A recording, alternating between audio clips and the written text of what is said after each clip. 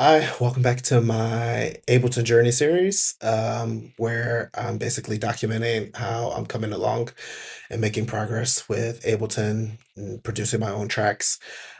In my last video, I talked about how I was able to take some sound directly from the Ableton Move, record it into Live as an MP3, as opposed to moving the project directly into Ableton and working with the arrangement that way.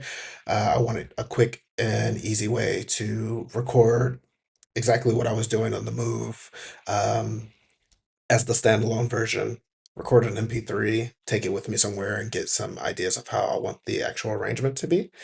In this video, I just want to show that I've moved on to the official next step. I've taken the project from Move into the Move Manager, downloaded it into Live, created the full arrangement, and the track is finished. So I'm going to leave a link to it to my SoundCloud where you can go listen to the full track. But this video is just intended to document what I did. So once I've taken it from the Move into Live, how I went about making the arrangement. And yeah, so I'll just walk through my clips quickly. So if you're familiar with the Ableton Move, you know that it can only go up to 4 tracks. So when I uh, brought when I brought the project into Live, I just had my 909 kit, my electric bass, drop brass, and an e-piano Rode kit.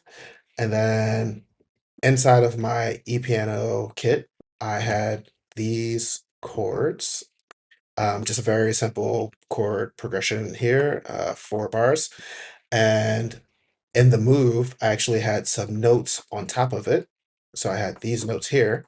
But since I couldn't make a 5th track, my idea was once I got it into Live, I just duplicated this track and then remove the chords, and then I was able to have the notes on the separate track so I can easily bring them in and out during the arrangement, and I can also balance out their levels in terms of volume because they weren't mixing quite right when everything was playing together. I had to make the notes a little louder. So that was my solution to that. I could actually do the same thing with the drums if I wanted to. If I wanted to get really, really fancy with the drums and bring my kicks, claps, hi-hats, and all that stuff into separate tracks, I could have just taken all of these, duplicated them out, deleted the notes until each one was in its own track, and I can really get crazy with the effects and mixing. But I didn't go that route. I just wanted to get something nice down for my first track. And yeah, I'll walk through each one. So I'll play the clips that I came up with for each one, just so you can get an idea of the sound. So for my drums, I have this.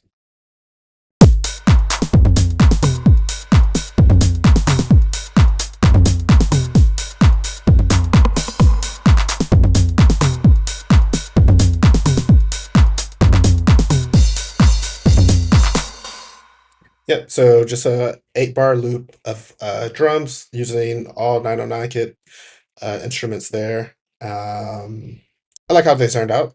Like I said, I could have separated everything out into different tracks and really got it fancy with making them sound a little bit different than the standard 909s, but yeah, I like how I arranged them there. So next, I'll just go into this kind of weird arpeggiated electric bass.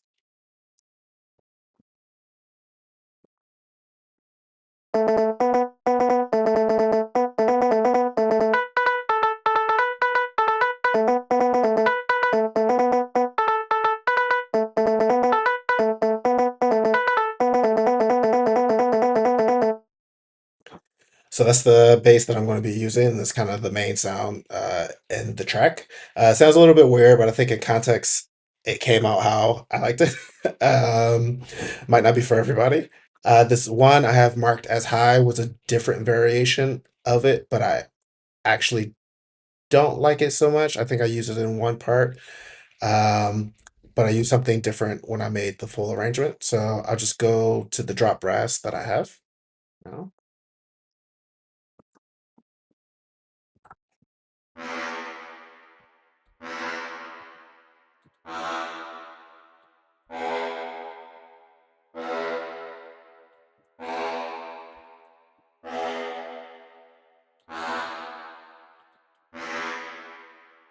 And then I have a different variation of that one as well.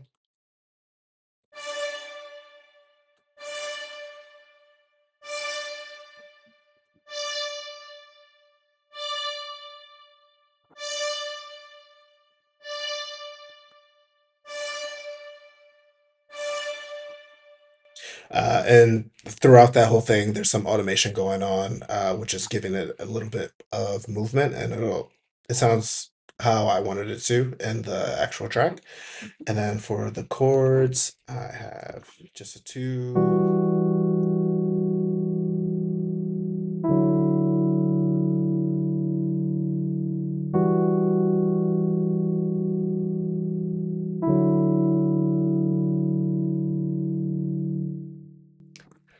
And then for the notes, I just have these, just a very simple, basically one bar.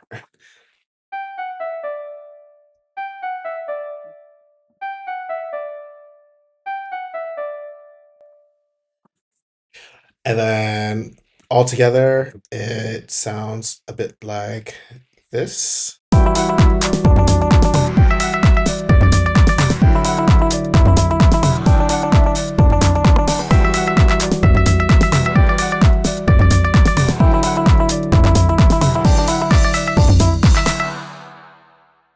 Yeah, obviously the track sound has a lot of different variations in it when I made the arrangement, but that kind of gives you an idea of what it sounds like. Um, so when I got the project into Ableton Live, um, I just basically imagined that just these four things were highlighted.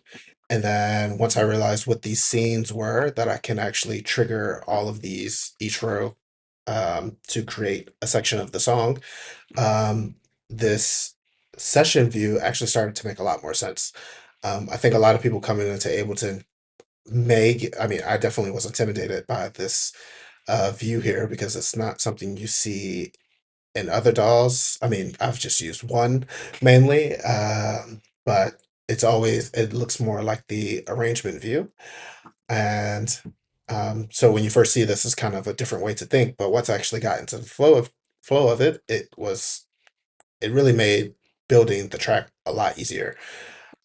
So with house music and sometimes techno, with house music mainly, I've learned that you want to change something every 8 bars. So I thought of each scene just as an 8 bar part of the song. So I thought of each row just as 8 bars. So I started creating these clips together in a scene, and I just said every 8 bars, I would just go down this row and click the track. And that's what I did. I hit the record button, and I ended up with an arrangement here. Not exactly this one. I changed a few things around. It initially was in the order that I showed you inside of this session view here. I changed a few things. The electric bass, I made a different variation of it here that you'll hear when I start previewing the track.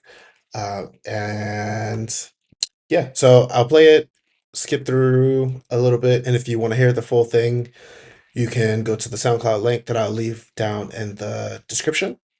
And yeah, there we go.